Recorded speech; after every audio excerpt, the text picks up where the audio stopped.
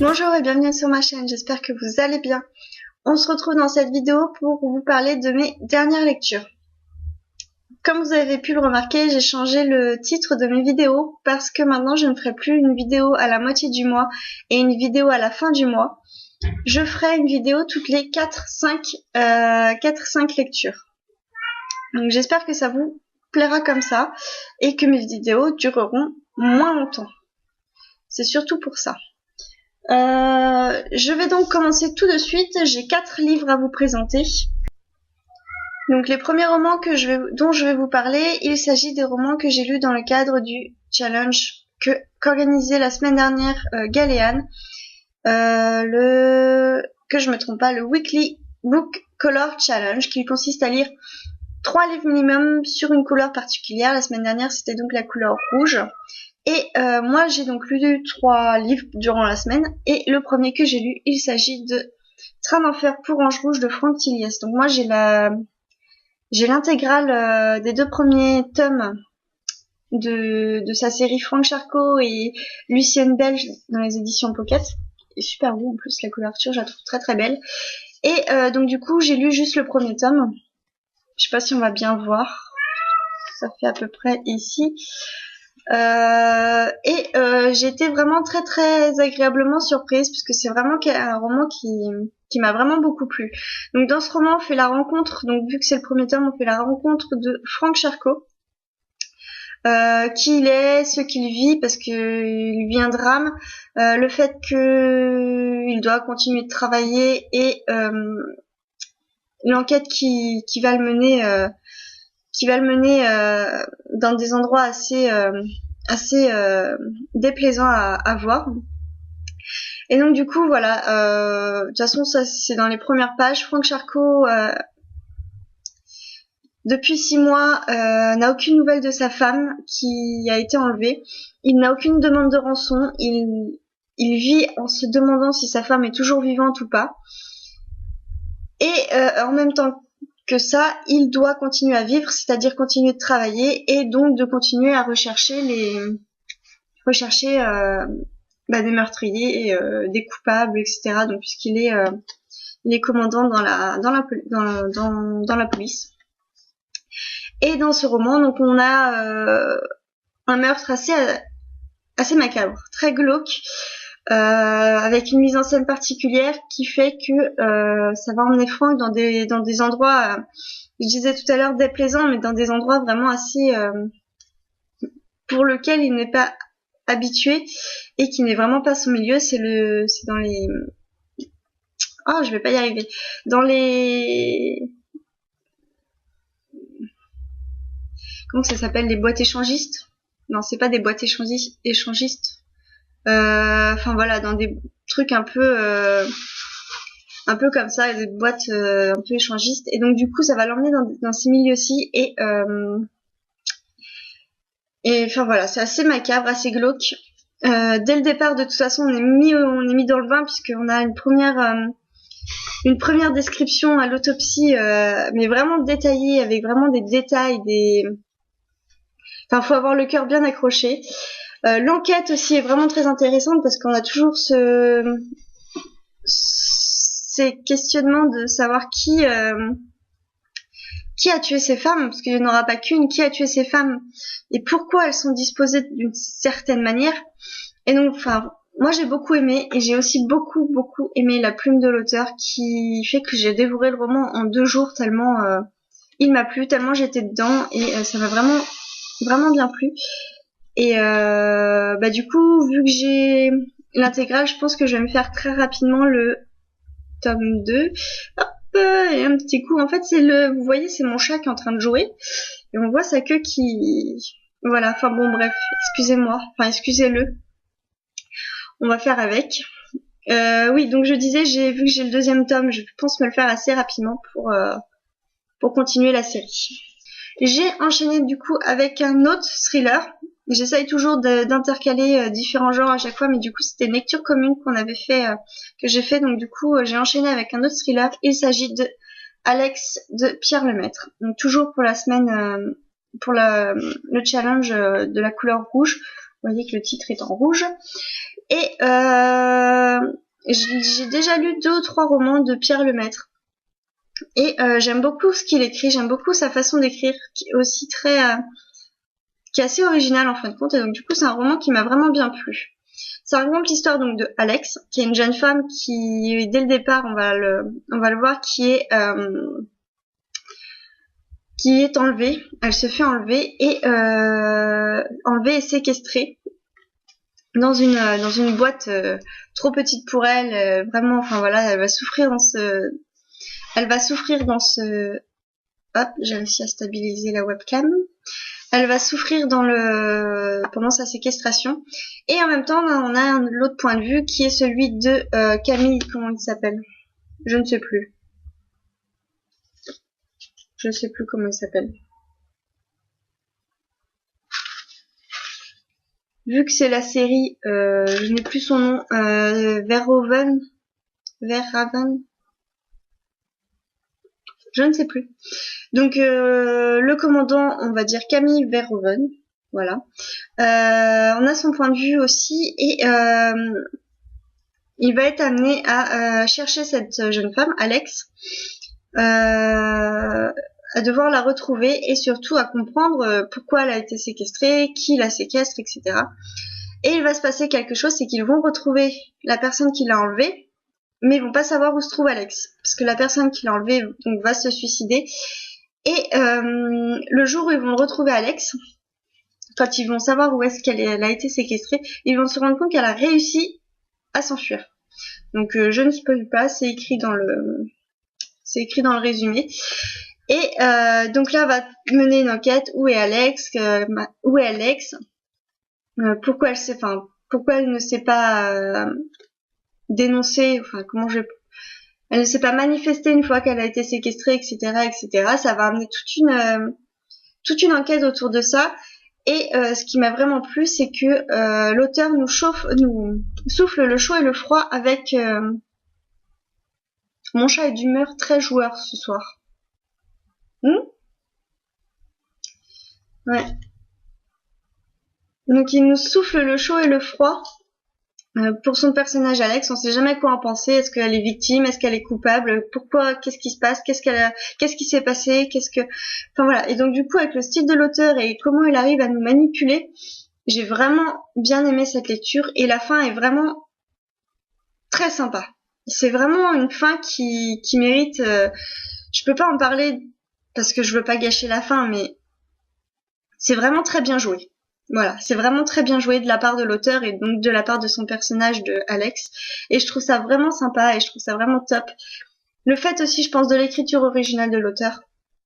C'est pas comme tous les autres romans. Je trouve son écriture assez saccadée, assez hachée, comme si on lisait hyper vite. Moi, c'est l'impression que ça me donne. J'ai l'impression de lire à chaque fois hyper vite ces romans. Et des phrases courtes, etc., etc. Et donc du coup, ça se lit super bien. J'ai bien aimé aussi. Donc après les 2 thrillers, j'avais besoin d'une lecture parce que c'est quand même 2 thrillers assez forts, on va dire.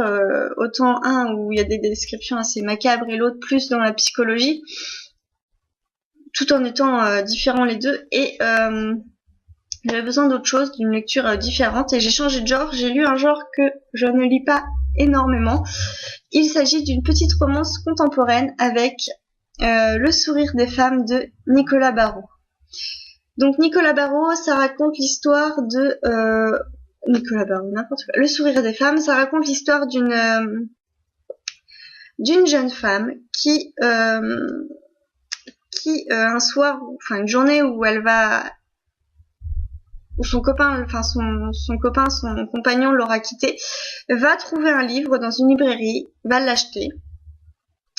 Et après la lecture de ce roman, on va se rendre compte que elle veut absolument rencontrer l'auteur et elle va tout faire pour essayer de le rencontrer. Donc l'auteur est un auteur anglais et pour cela, elle doit passer par son éditeur, enfin la maison d'édition et l'éditeur de l'auteur du roman qu'elle a lu. Et il va se passer plein de petits quiproquos parce qu'il se passe quelque chose autour du roman, de l'auteur et de l'éditeur. Enfin, voilà. C'est une petite histoire très sympa à lire qui prend pas de temps parce que je l'ai lu en une journée, donc enfin une soirée. une petite soirée et une petite après-midi. Donc je l'ai vraiment lu en très peu de temps. Et c'est vraiment léger. Voilà. Moi, les romances, on le sait, c'est pas trop mon truc. J'aime bien les romances quand il y a vraiment une belle histoire, très touchante, vraiment très forte. Je dirais que dans celle-ci, c'est plus une petite romance légère, sans prise de tête. C'est pas du tout une romance cucul à praline. Non, ça l'a fait, ça s'est très bien lu. Le style de l'auteur est aussi très très agréable, donc moi ça m'a plu. Après, c'est pas une lecture qui va sûrement me rester très longtemps en tête, dans le sens où c'est pas un genre que j'affectionne particulièrement, et l'histoire ne m'a pas non plus touchée que ça. Mais c'était sympa, c'était agréable à lire, ça m'a changé les idées, ça m'a changé le genre entre deux lectures, et j'ai beaucoup aimé. J'ai apprécié en tout cas ma lecture de ce roman-ci. Donc Le sourire des femmes de Nicolas Barrault. Et donc j'ai entamé lundi une lecture qui m'a été fortement conseillée par le chat est pas d'accord, hein, mais qui m'a été fortement conseillée par Maya des livres de Maya. Il s'agit de Cinder de Marissa Meyer, le tome 1 des Chroniques lunaires. Mon chat me regarde. Mon chat n'est pas content. Qu'est-ce qu'il y a? Donc c'est l'histoire de Cinder, c'est les réécritures de contes, je pense que maintenant tout le monde connaît à peu près ou a vu passer ces romans-ci. C'est l'histoire donc de Cinder, la réécriture de Cendrillon, et voilà. C'est bon, t'as fini? J'ai de l'autorité sur mon chat, ça fait peur.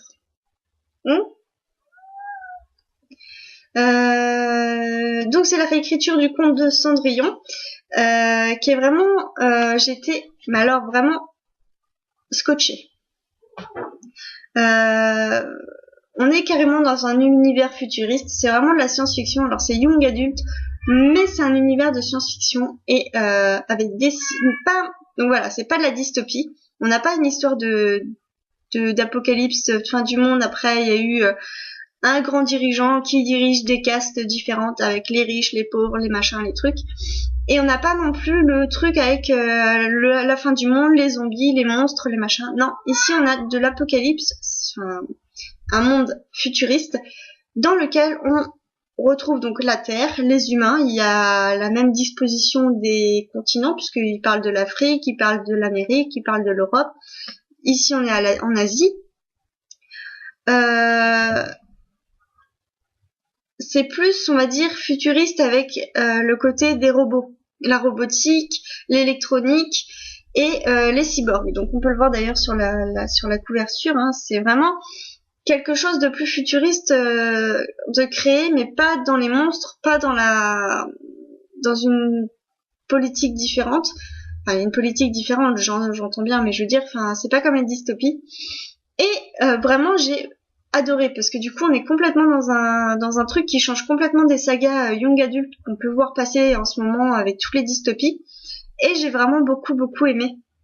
J'ai adoré aussi donc toute l'histoire qui se passe autour de Cinder, de ce qui se passe dans ce monde-ci avec une pandémie, etc. Il va falloir découvrir comment guérir les gens, en fait,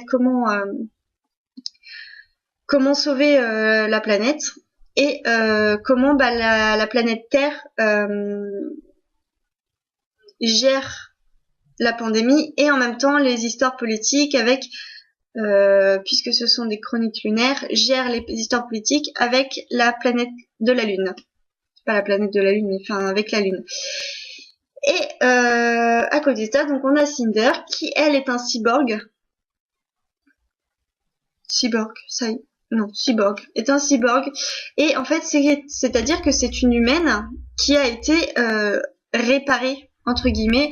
Disons qu'elle a une main en métal, un pied en métal, et puis on apprendra qu'elle aura pas que ça. Enfin voilà, elle a aussi une interface, etc. Reliée à son système cérébral, dans lequel elle peut voir énormément de choses, elle peut se rendre compte d'énormément. Enfin c'est comme ça, elle avait un ordinateur dans la tête.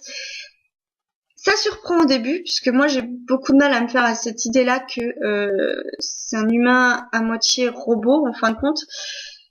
Enfin, c'est des choses qui m'ont un peu surprise, mais en même temps qui m'ont beaucoup plu aussi. Pareil, le côté on va dire robot domestique, qui parle, qui pense, qui interagissent avec nous comme si c'était un être humain, alors qu'en fait c'est juste une puce. Enfin, voilà, ça m'a surprise et je me dis waouh.